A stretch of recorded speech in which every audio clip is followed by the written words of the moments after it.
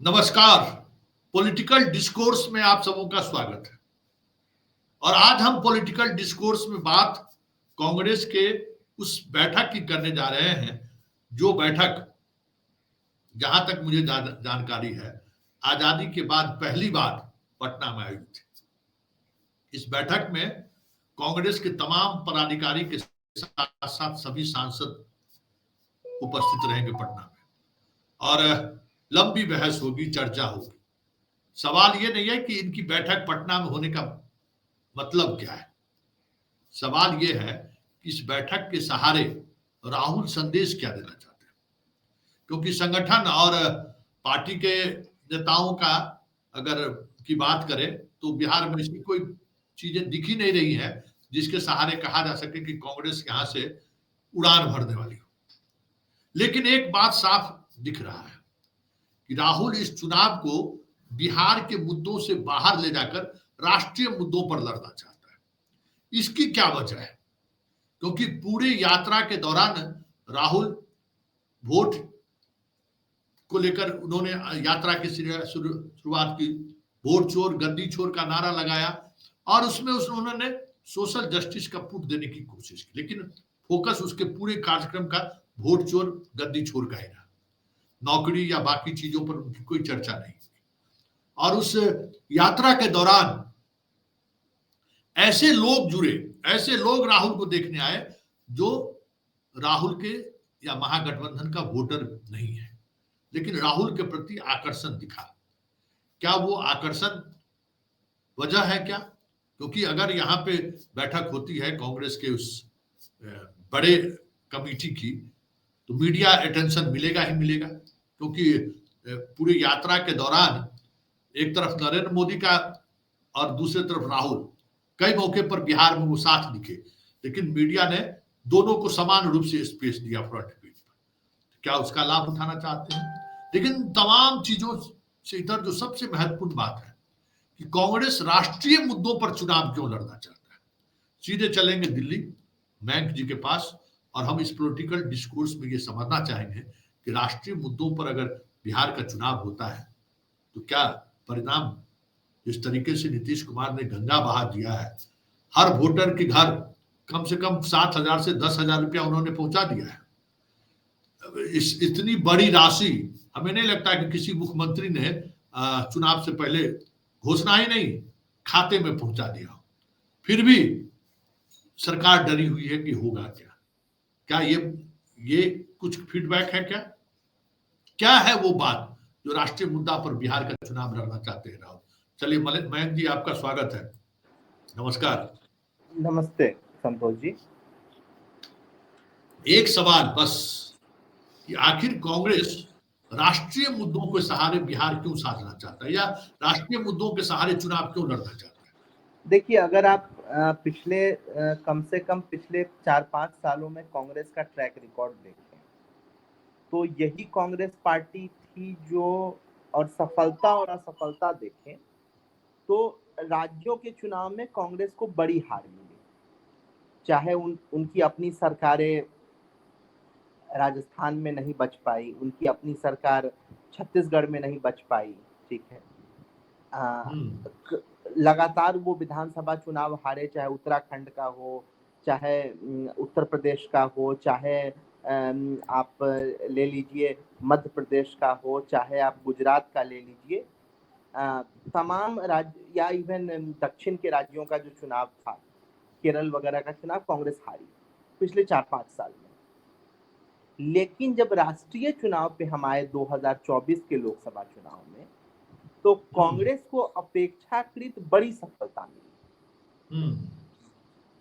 तमाम जो रणनीतिकार, पॉलिटिकल पंडित जो कह रहे थे कि कांग्रेस को 2019 की तरह ही परिणाम आएंगे और भाजपा 300 पार और 400 पार की बात हो रही थी, कांग्रेस ने अपनी सीटें करीब करीब डबल कर ली। उनकी जो लोकसभा की सीटें थी वो करीब करीब डबल हो गई, और भाजपा के सीटों में करीब करीब उतना ही गिरावट हुआ। कांग्रेस करीब करीब 50 सीटें कांग्रेस की प्लस हुई हैं, और भाजपा की करीब करीब 60-62 सीटें घटी हैं। तो वो डायरेक्टली प्रोपोर्शनल है कांग्रेस का राइज और भाजपा का डाउनफॉल 24 के चुनाव में। तो राहुल गांधी को और जो कांग्रेस के रणनीतिकार हैं उनको ये लगता है कि ये वो तरीका है जिससे हम राज्यों में भी अच्छा कर सकते हैं, कि अगर हम राष्ट्रीय मुद्दों को राज्य के चुनाव में मुद्दा बनाएं। इसके अपने फायदे हैं और इसके अपने घाटे हैं, ये भी हमें समझना होगा। फायदा ये है कि कहीं ना कहीं जो एक कोर वोटर बेस है अपोजिशन का, विपक्ष का इस देश में, वो कहीं ना कहीं पूरी तरीके से यूनाइट हो जाता है राष्ट्रीय मुद्दों पे। लेकिन उसके अपने घाटे भी हैं कि देखिए हर राज्य की परिस्थितियां अलग हैं, हर राज्य के लोगों के मुद्दे अलग हैं। जो मुद्दे हैं, अब बिहार में जो मुद्दा है भ्रष्टाचार का, बिहार में मुद्दा जो है अफसरशाही का, वो जो मुद्दे हैं, जिस तरीके से बिहार में जिसको कहते हैं रैम्पेंट भ्रष्टाचार हो रहा है छोटे ऑफिसों में, जहां लोगों को जहां से काम है। आप बताइए ना कि संतोष जी, आपके समस्तीपुर का के या हाजीपुर के कितने लोगों को हफ्ते में या डेली या महीने में या 15 दिन पर दिल्ली में काम पड़ता है? ऐसे गिने चुने लोग हैं।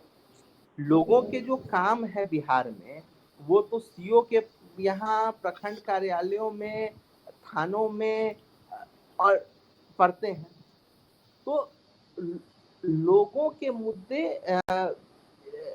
ज्यादातर जो सेंट्रिक होते हैं, वो मुद्दे जमीन के मुद्दे हैं। तो लेकिन एक बात कह दें कि चाहे सीओ के भ्रष्टाचार हो, दफ्तर का या थानेदार का, आज वो भ्रष्टाचार चरम पर इसलिए है कि उसका जो एक कह सकते हैं कि जो चेक एंड बैलेंस वाली जो संस्थाएं थी, आरटीआई हो, कोर्ट हो, मीडिया हो, वो सारे के सारे ध्वस्त हो चुके हैं। और कहीं न कहीं इसके लिए केंद्र की मोदी सरकार जिम्मेवार है, ये तो लोग महसूस कर रहे हैं। बिहार में बड़ी से बड़ी घटनाएं घट रही है। आप बताइए, जो भ्रष्टाचार की बात आप कर रहे हैं, प्रशांत किशोर के पीसी के बाद किसी अखबार ने यह जहमत नहीं उठाया कि भाई अशोक चौधरी पर जो भ्रष्टाचार का आरोप है, उस आरोप का सत्य क्या है, या फिर सम्राट चौधरी पर जो हत्या का मुकदमा की बात हुई, जिसमें वो नाबालिग करके जेल से बाहर आए, उस मुतल्लिक सच्चाई क्या है। वाकई में 7वां पासी सम्राट चौधरी के हैं। जो सवाल छोड़कर गए, यही सुशील मोदी प्रेस कॉन्फ्रेंस करते थे, वो बातें छोड़कर जब जाते थे तो उससे आगे मीडिया का ट्रायल चलता था। वो सारी चीजें नहीं हो रही है।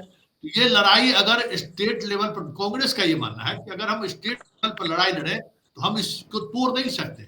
हमें लड़ाई जब भी लड़नी होगी तो मोदी के खिलाफ लड़। नीतीश एक मोहरा है।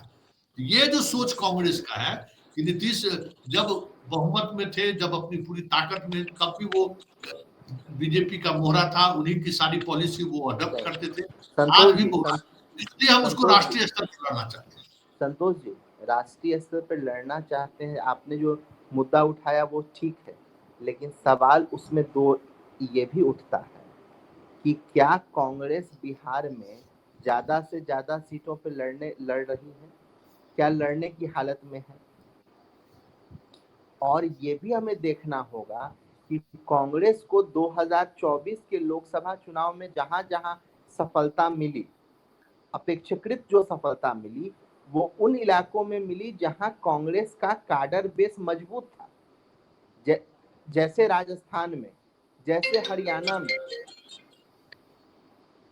दक्षिण को छोड़ दीजिए तो जो सफलताएं मिली, चाहे राजस्थान में सफलता मिली हो, चाहे हरियाणा में सफलता मिली हो, वो सफलताएं काडर जहां मजबूत था कांग्रेस का, वहां मिली। एक बात तो कांग्रेस को ये भी सोचना होगा सीडब्ल्यूसी की मीटिंग में कि राष्ट्रीय मुद्दा तो हम उठा रहे हैं, लेकिन क्या हमारे पास कैडर बेस उस तरीके का है जो ग्राउंड पे हमारे मैसेज को कम्युनिकेट कर सके? राहुल गांधी 15 या 16 दिन ग्राउंड पे घूमे, हजारों की भीड़ थी।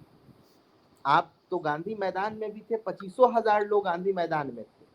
लेकिन सवाल है कि लीडर तो मैसेज देके चला जाता है, क्या नीचे जो कैडर जो है, जो वर्कर है, क्या वो इतना सशक्त है, या क्या उस वर्कर का इतना स्ट्रेंथ है कि वो मैसेज को जमीन पे ले जाए?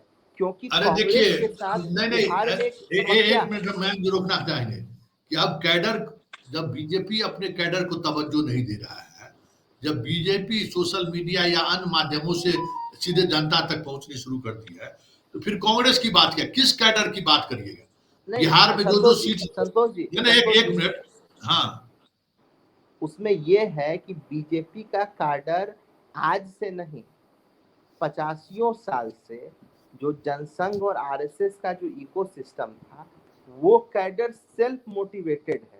बीजेपी तवज्जो दे न दे, आप ये रियलाइज करेंगे कि कैडरों का एक बड़ा वर्ग अभी भी, तवज्जो मिले न मिले, वो बीजेपी के साथ बंधा हुआ है, संघ की विचारधारा के साथ बंधा हुआ है। अरे भाई, जब विचारधाराओं से बढ़ा हुआ था तो बिहार में खाता नहीं खुलता था। आज मोदी के समय में नए तरीके से लोगों को उन्होंने जोड़ा है, जितने उसके कैडर हैं उससे 1000 गुना ज्यादा उसके समर्थक हैं। जो वोट करते हैं वो थोड़ी किसी कैडर के कारण वोट करने जाते हैं, मैं वही स्वतः जाते हैं लोग। आप कैडर के साथ सपोर्टर शब्द को भी जोड़ दीजिए ना संतोष जी।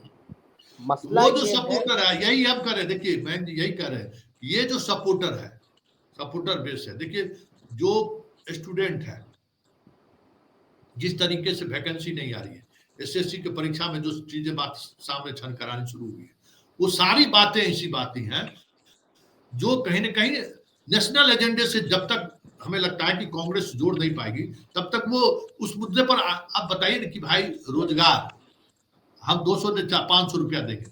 वो जब नीतीश कुमार इतना 1000 करोड़ दे रहे हैं, फिर भी वो एजेंडा हिट नहीं कर रहा है, इसका मतलब है कि बिहार उन एजेंडे से अपने आप को कनेक्ट अभी नहीं कर रहा है। ये भी बात तो है। नहीं संतोष जी, ये जो तमाम मुद्दे हैं ये बड़े बुनियादी मुद्दे हैं, ठीक है, बड़े बुनियादी मुद्दे हैं। लेकिन सवाल ये है कि क्या कांग्रेस बिहार में ज्यादा से ज्यादा सीट लड़ने की सिचुएशन में है? क्योंकि कांग्रेस जिन लोगों के साथ लड़ रही है, खास तौर पे अगर स्पेसिफिक हम हो तो राष्ट्रीय जनता दल उस पार्टी के अंदर अपने आप में एक वैक्यूम है। वैक्यूम सवाल मेरा वो नहीं है। मेरा सवाल है, नरेंद्र मोदी और अमित शाह आ रहे हैं, धर्मांतरण और क्या कहते हैं घुसपैठियों की चर्चा कर रहे हैं, उसका वो एजेंडा है ना, उस एजेंडे को अपने समर्थकों को के बीच जाकर रिचार्ज कर रहा है ना। आरजेडी के पास क्या एजेंडा है जिस एजेंडे से अपने लोगों को रिचार्ज कर पाएगा? नहीं, मैं वही तो कह रहा हूँ कि एजेंडा तो राहुल गांधी ने सेट किया। एजेंडा तो राहुल गांधी ने सेट किया, लेकिन सवाल ये है कि राहुल गांधी ने जिस एजेंडे को सेट किया है, सवाल ये उठता है कि क्या उसका नीचे तक उस एजेंडे पर काम करने वाला एक सिस्टम है? अगर नरेंद्र मोदी को अब देखिए, एक चीज बताइए, सासाराम की जीत जो है, क्या मीरा कुमार की जीत है, क्या अनंत क्या कहते हैं कांग्रेस की जीत है या राजद की जीत है? नहीं संतोष जी, तो लोकसभा चुनाव में अपने आप में मैं बार बार कह रहा हूँ, लोकसभा चुनाव में तो राष्ट्रीय एजेंडे पे चुनाव हुआ और जीत मिली। तो यही चीज है ना कि जिस मुद्दे को लेकर आप देखिए, सीधे तौर पर एसआईआर क्या था, बीजेपी का अपना राष्ट्रीय एजेंडा है जिसमें वो फेल किया कहीं ना कहीं। अब घुसपैठियों की बात फिर भी वो दोहरा रहे हैं। तो सवाल है कि आप क्षेत्रीय दल जो हैं उनके पास कोई ऐसा एजेंडा नहीं है जिस एजेंडे के सहारे वो जनता के बीच जा सके, मतलब उस तरीके से जो जनता रिचार्ज हो। क्या मेरा आखिरी सवाल यही है कि राहुल अगर अडानी के मुद्दों को लेकर, जो अभी जमीन का मामला सामने आया है, 1 रुपया में जमीन जो दिए हैं वो मुद्दा हो, या फिर वोट चोरी का मुद्दा हो, क्या इन संविधान बचाओ का मुद्दा हो, भ्रष्टाचार का मुद्दा हो, क्या इन मुद्दों के सहारे देश को तो वो संदेश देने की कोशिश बिहार से कर ही रहे हैं, बिहार में वो कहां तक प्रभावी हो? देखिए संतोष जी, मुझे लगता है इसका फैसला चुनाव में वोटर के मूड पे डिपेंड करेगा। बिहार का चुनाव ये हमें आखिरी वक्त में पता चल जाएगा कि राष्ट्रीय मुद्दों पे जा रहा है या प्रादेशिक मुद्दों पे जा रहा है।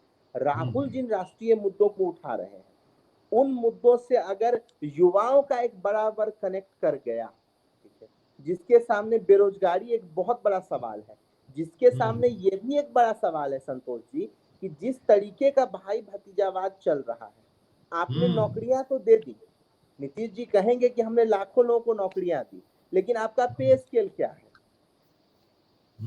कॉन्ट्रैक्चुअल नौकरियों की क्या हालत है? बेल्ट्रॉन वगैरह के थ्रू जो नौकरियां लोगों को मिल रही हैं बिहार में, उन नौकरियों की, आउटसोर्सिंग के नौकरियों की क्या हालत है? आप मुझे संतोष जी एक चीज बताएं, 16,000 और 18,000 रुपए में किसका आज के डेट में घर चलेगा? सही बात।